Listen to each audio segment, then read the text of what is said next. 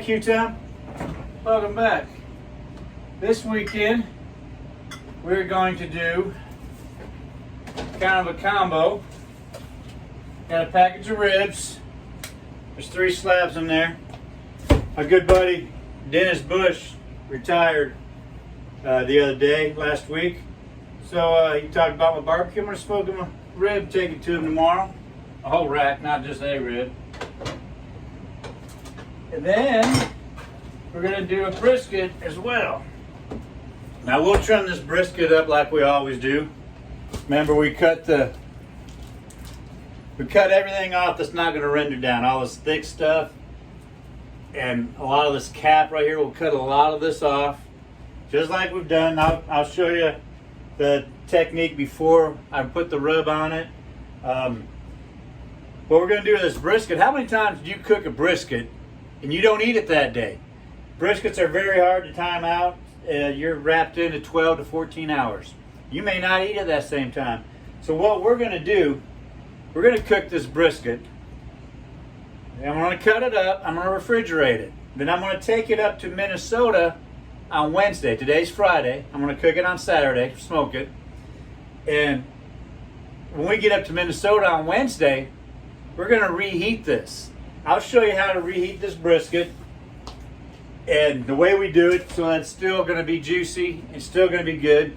And while we're up there, one of my subscribers, Marshall Edgerton, it's his birthday. So I'm going to interview him when we eat the brisket, let him taste that. And I'm going to give him his Q-Time sticker. Remember, you get 10 of your friends signed up, you get a Q-Time sticker being sent to you. I'll probably give Dennis a Q-Time sticker as well too, since he's retired. Not like it's a big deal, just a little novelty. I'm going to go ahead and glove up. I'll get this trimmed up. I want to tell you something that happened to us last week. We went out to this Chinese restaurant, right? And we're sitting there. All of a sudden the lights go out. It is dark. It is the middle of summer. It's getting hot in this place, right? The air went out, the lights went out, and the waiter starts coming around to all the tables. Hey, you need to clap your hands. Clap your hands. Clap your hands. We're like, clap our hands? So everybody in the whole restaurant just start clapping their hands. And like, why are we clapping our hands? Oh, old Chinese proverbs. Many hands make light work. Make that light work. We're gonna light this smoker up. We're gonna get smoking tomorrow. We'll get through all that. I'll get this stuff opened up, trimmed up. I'll come back to you as we start rubbing it, and we're gonna get this going. Thank you, Q-Time, for living through my dad jokes. Caution, dad joke loading. We'll catch you. Q-Time, got everything prepped up. I got the brisket trimmed. I got the ribs out of the package. Remember to take your paper towel and pat your ribs. Get them all dried up. So when you put the rub on, it's a dry rub. They call it dry rub for a reason, so it's dry. So you don't get a mud in there. I'm going to take a scoop of this rub in here. I'm just going to throw it on. I'm going to start rubbing it all in here. Flip them over. Doesn't matter if I got too much because I'll turn around and use it on the brisket.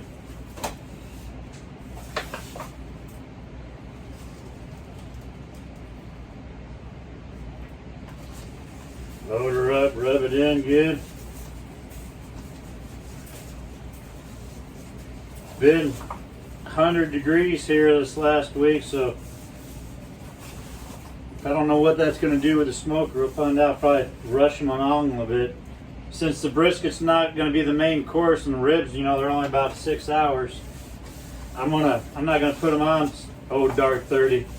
I've said before that most good barbecue starts when it's dark. Well, this time I don't have to. I can sleep in. I don't have to get up early to put them on because I don't have a deadline that I'm going to try to meet to get us going.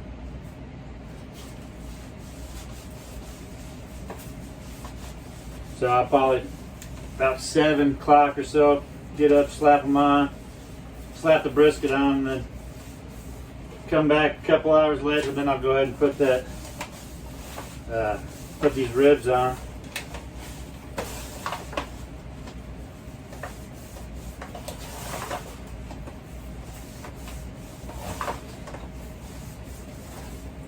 And of course, I have my little tray right here that I'll put the apple juice in when I go to kick the smoker on. I always use that apple juice to add moisture to your smoke. And like always, these ribs, I'll come back and spray them with apple juice throughout the day, about every hour. Just keep hitting them up. Keeps them from drying out and adds a little more flavor to them. And as we talk about, I don't put all that barbecue sauce on my stuff. I think you ought to be able to smoke your flavor into your meat. Between the rub and the smoke, you ought to be able to let your meat speak for itself that way. Alright, we got all this on there. Ready to go. I'll cover it up, put it in the refrigerator, and okay, so if you remember yesterday, we're gonna heat up this, get the smoked or brisket smoked up, and then slice it up, and we're taking it up to Minnesota. We're gonna reheat it up there.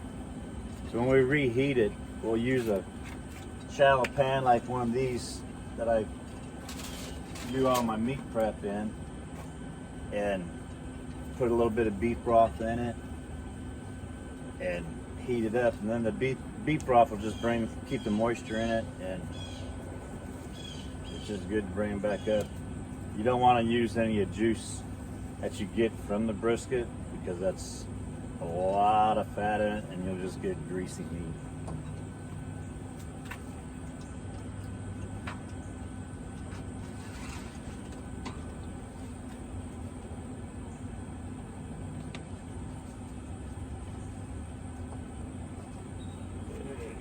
Got our apple juice over here ready to go.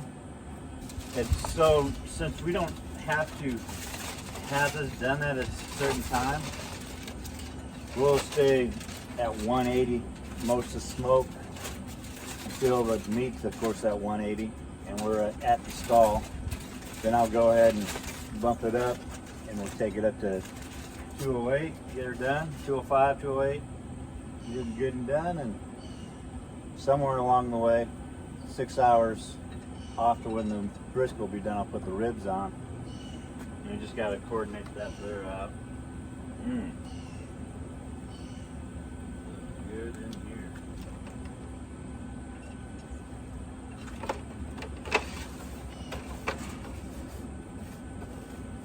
Let's throw this extra rub on here.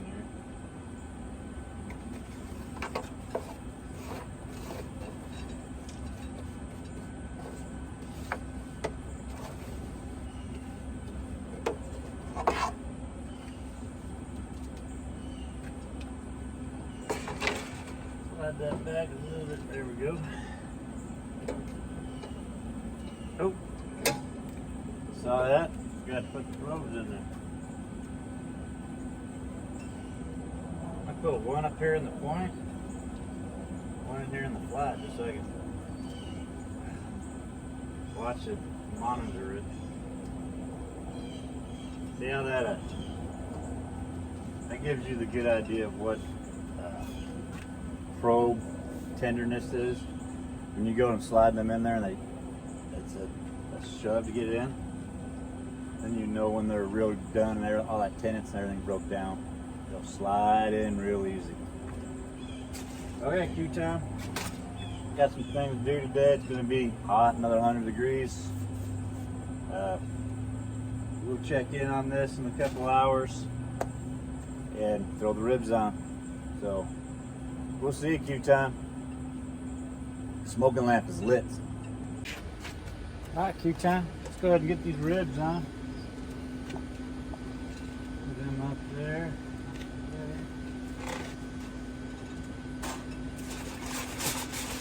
We're just rolling along at 172. This brisket's at 105 degrees. So we're just rolling along there. Like I said, there ain't no hurry today.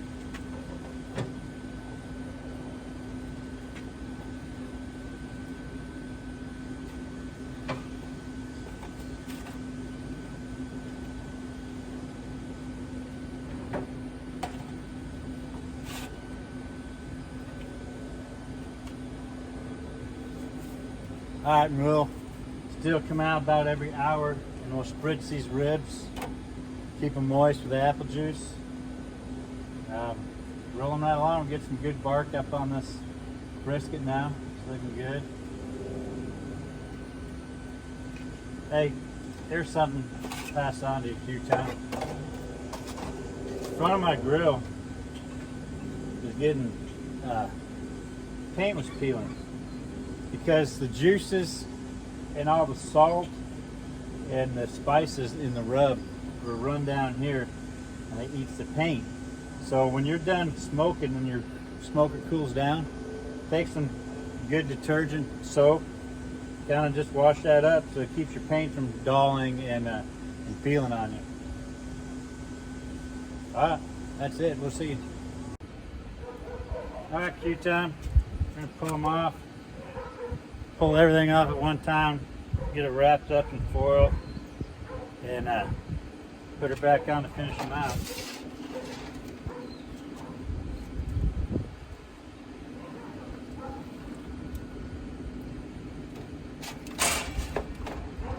Good.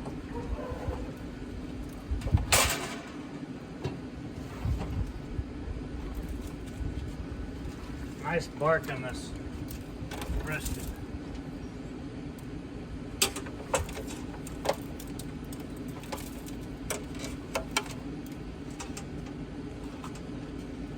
If you want to do some research yourself, difference between wrapping your brisket, whether you just let it go straight smoke the whole way through, never wrapping, to wrapping in foil and wrapping in butcher paper. All Things Barbecue has a nice video on there on it, and the one that came out the best is the way I do it, is with the foil. It stays the juiciest, it's not dry, it's got good flavor, but you can go ahead and do your own research. Alright, Q-Time, back inside. It is 100 degrees outside. It's warm. Alright, so we know this is the fat side up on this brisket just because of the way I laid it. Now I'm going to flip it over. Look at that bark, that's nice. Nice bark on that.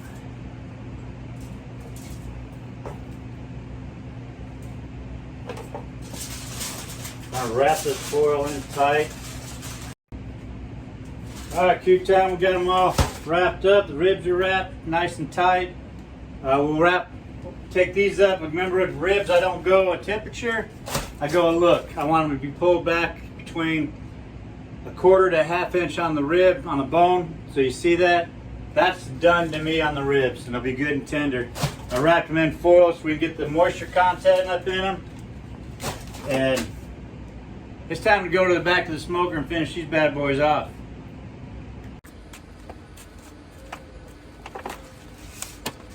Alright, back on the smoker.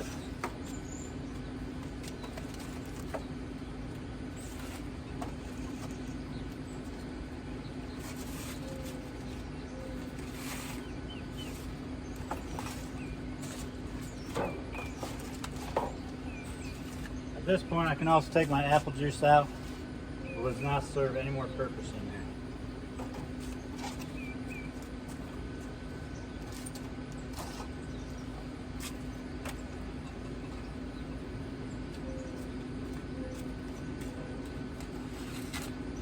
That is probe tender now. That side isn't. The flat is, the point isn't. I said that backwards. The point is and the flat isn't. Alright, we're gonna bump this temperature up to 240 and just let her finish out. Alright, Q-Time. We got one rib with package already delivered. We'll go ahead and cut open this one. Boy, rib prices are up, brisket prices are up, but looks like I got a smaller slab here.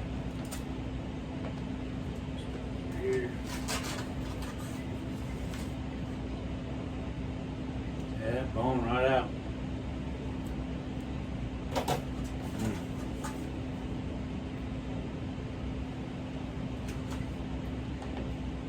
We're just gonna dig into that and taste it right now.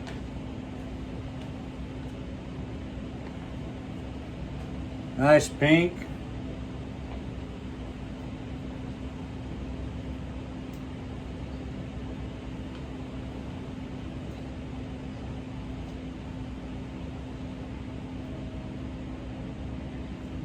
Kind of what I was afraid of. I put too much rub on it. It tastes pretty salty.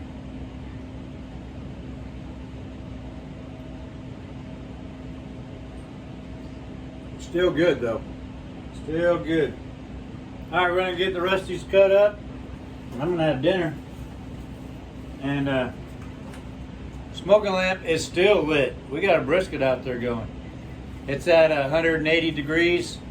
Got about 25 degrees more to go on that. There's a storm rolling in, so hopefully my smoker doesn't lose stem, but we'll watch it.